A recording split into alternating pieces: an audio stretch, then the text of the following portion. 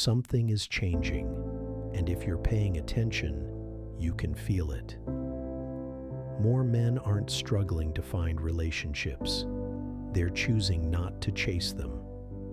These aren't angry or broken men, but men who are building lives with careers, routines, discipline, and real options. What's interesting is that this shift isn't loud or performative. There are no announcements, no manifestos, no dramatic exits. Instead, it's a quiet movement toward less pursuit, less tolerance for chaos, and a stronger preference for peace. This isn't a rant or an attack on anyone. It's an attempt to understand what's driving this choice on a psychological, emotional, and cultural level.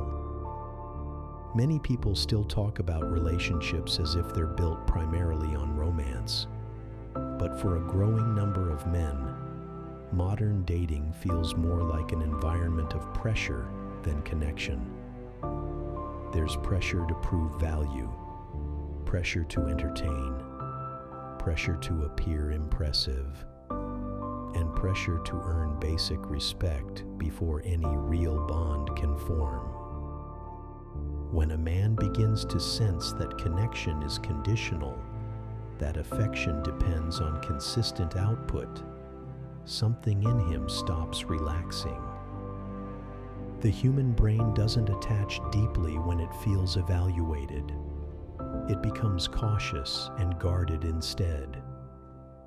So rather than thinking about how to build something real, his focus shifts toward calculating the cost of getting it wrong. And that single shift in perspective changes how he approaches relationships entirely.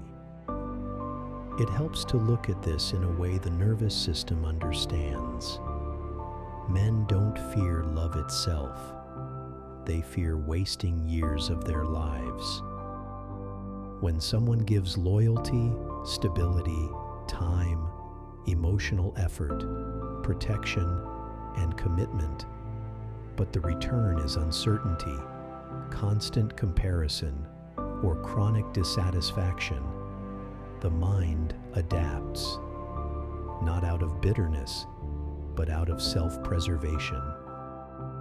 The brain is designed to learn from outcomes, and when effort repeatedly fails to produce security or appreciation, it naturally reduces investment. That's why many men don't turn into players or manipulators. Instead, they simplify.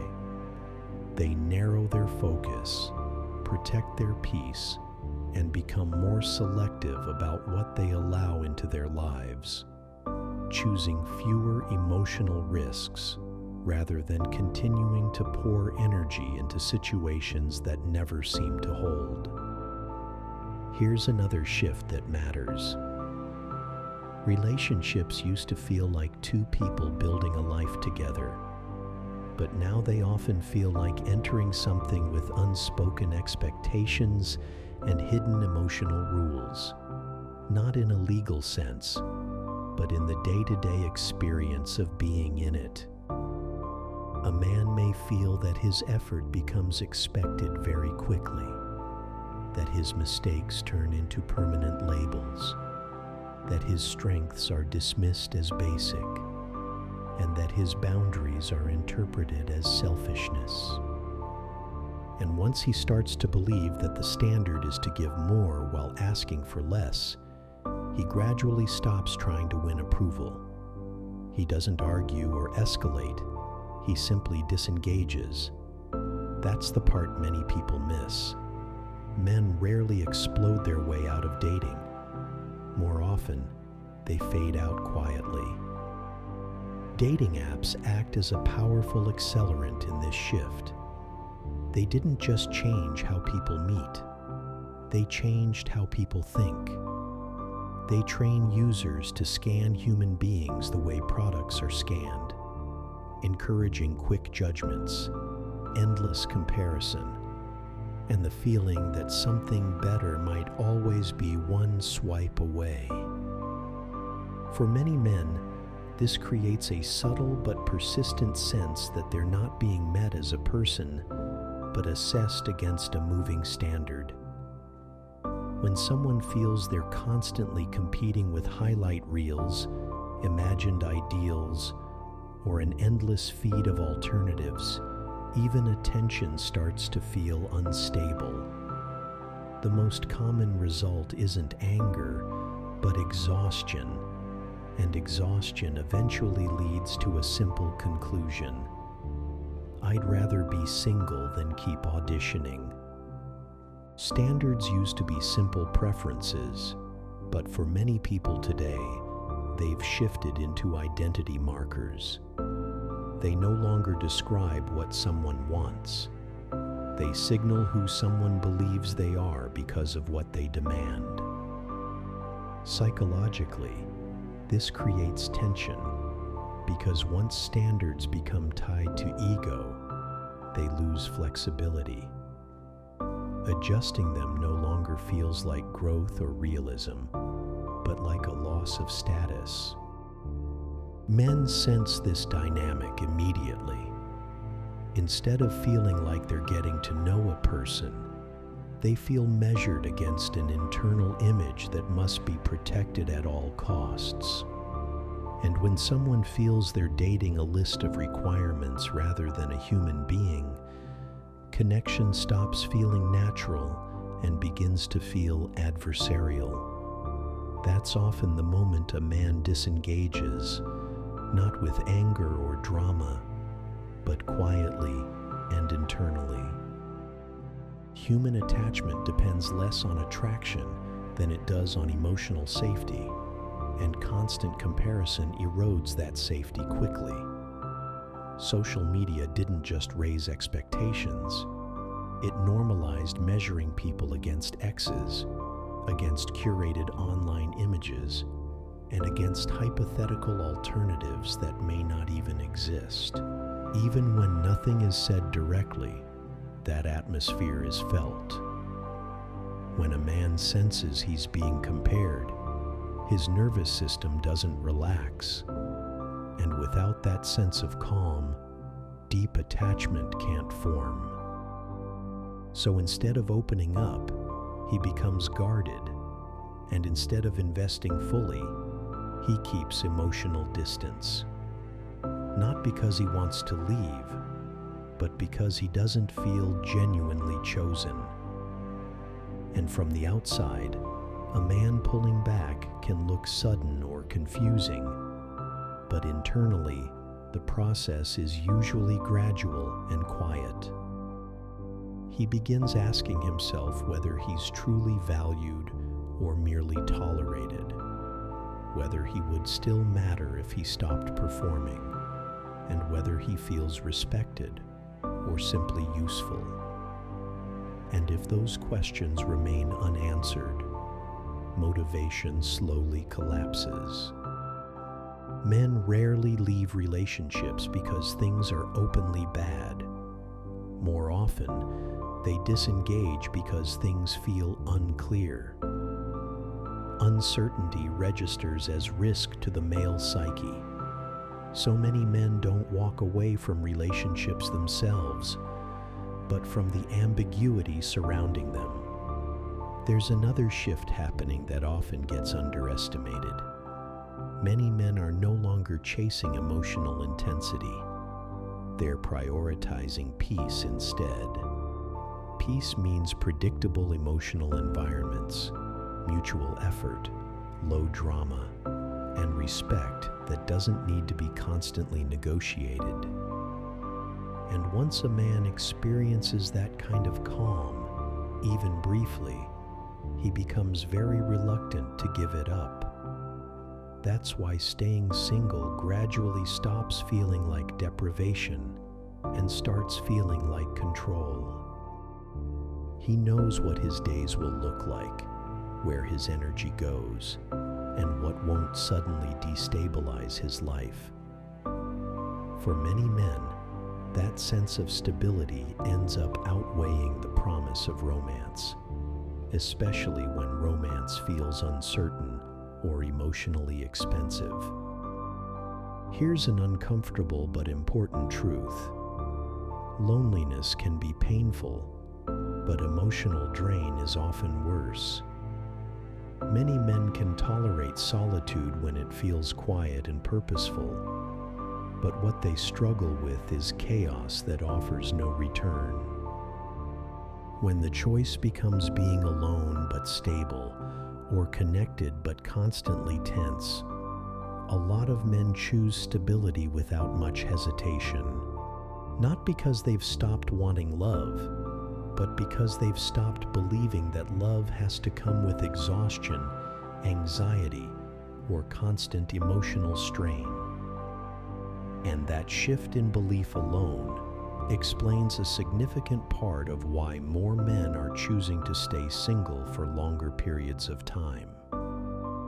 One of the quiet breaking points for many men is when effort slowly becomes invisible.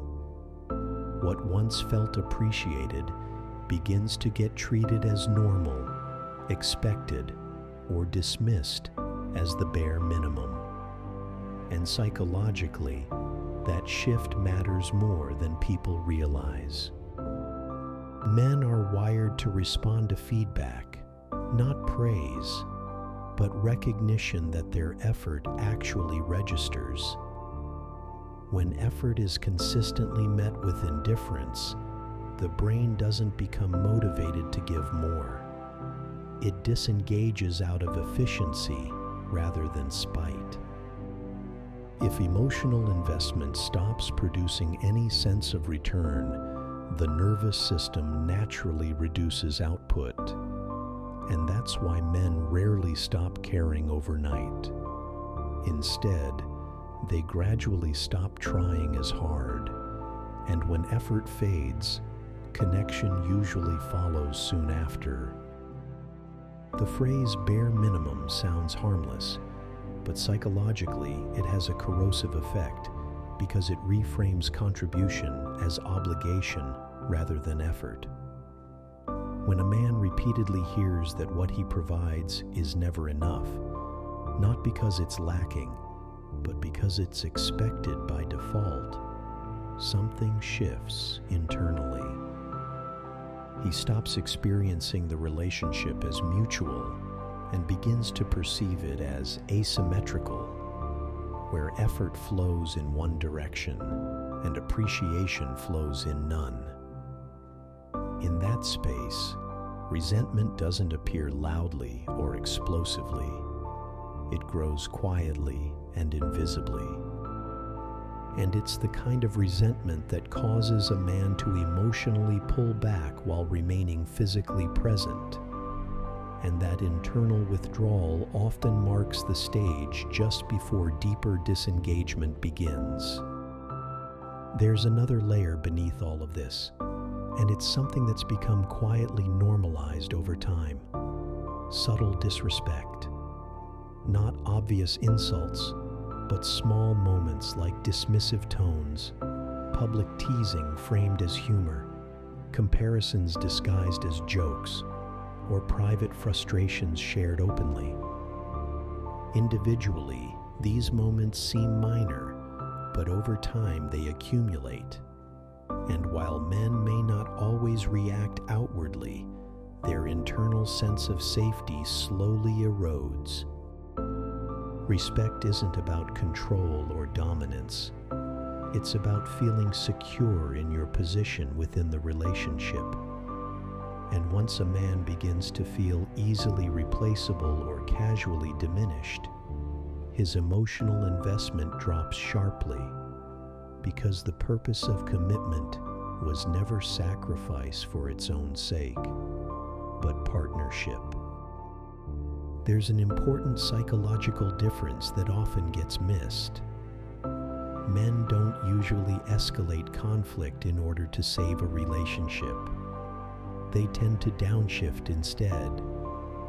They speak less, give less, and reduce emotional investment, which from the outside can look like apathy. From the inside, though, it's self-protection. When a relationship feels unstable, fighting harder only increases vulnerability. So many men respond by retreating internally while maintaining surface peace. And this is why so many breakups feel sudden to the other person, even though the decision was often made quietly and long before it was ever spoken out loud. Over time, many men begin comparing two experiences very clearly: intimacy that feels unpredictable versus solitude that feels stable. And when solitude consistently feels calmer, that decision tends to stick. Solitude doesn't criticize, doesn't compare, and doesn't keep score. It simply exists without demanding emotional negotiation. And once a man realizes he can meet his needs for purpose, routine, and calm on his own, the urgency to pair up naturally fades. This isn't bitterness or withdrawal from life. It's adaptation to what feels safest and most sustainable. For a long time, social pressure kept men participating in relationships. Staying single was framed as a flaw, a sign of immaturity, fear, or inadequacy. But something shifted. Men began to realize that shame only works when the alternative feels worse. And for many, being single no longer feels more painful than being misunderstood, minimized, or constantly evaluated. Once a man experiences that opting out brings calm instead of punishment, shame loses its grip. You can't pressure someone back into a system they no longer trust or believe in, especially when walking away feels more peaceful than staying. A subtle but important reframing has taken place over time. Single life used to be seen as a temporary pause, something you endured while waiting for the next stage to begin. But for many men, it's now viewed as a period of building.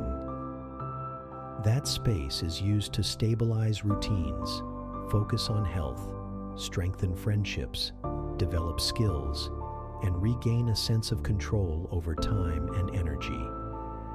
Once that foundation is in place, the motivation to disrupt it naturally decreases.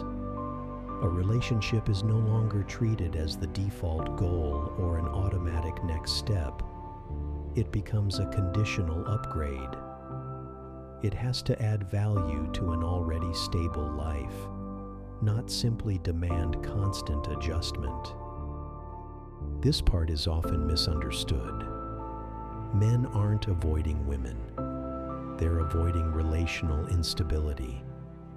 They're pulling away from unclear expectations, emotional volatility, power struggles disguised as standards, and situations where effort consistently flows in one direction. When these patterns repeat often enough, the brain adapts. It doesn't shut down emotionally, and it doesn't become cold or detached. It becomes selective. And that selectivity is a form of self-protection, not rejection. But to those who don't understand the internal calculation happening beneath the surface, it can look like withdrawal. And here's the part that rarely gets said clearly. Healthy relationships today require mutual emotional safety. That means appreciation doesn't feel transactional. Respect isn't conditional on performance. Boundaries are allowed on both sides, and effort is naturally reciprocated rather than constantly audited. Men don't need perfection, grand gestures, or unrealistic ideals. They need predictability, respect, and basic goodwill. And when those elements are present, men don't avoid commitment or hesitate out of fear. They move toward connection naturally. The issue isn't that men don't want relationships anymore. It's that many no longer recognize the current version as emotionally safe enough to invest in. So when everything is brought together, the picture becomes clearer. More men are choosing to stay single, not because they've given up on love, but because they've learned to prioritize inner stability. They've discovered that being alone can be calm, that peace has real value, and that not every connection deserves full access to their life. And until relationships consistently offer safety instead of pressure, partnership instead of performance, and respect instead of constant comparison, many men will continue choosing the option that feels most sustainable. Not loudly or angrily, but quietly, because sometimes the most rational choice isn't connection at any cost, but protecting the life you've worked hard to build.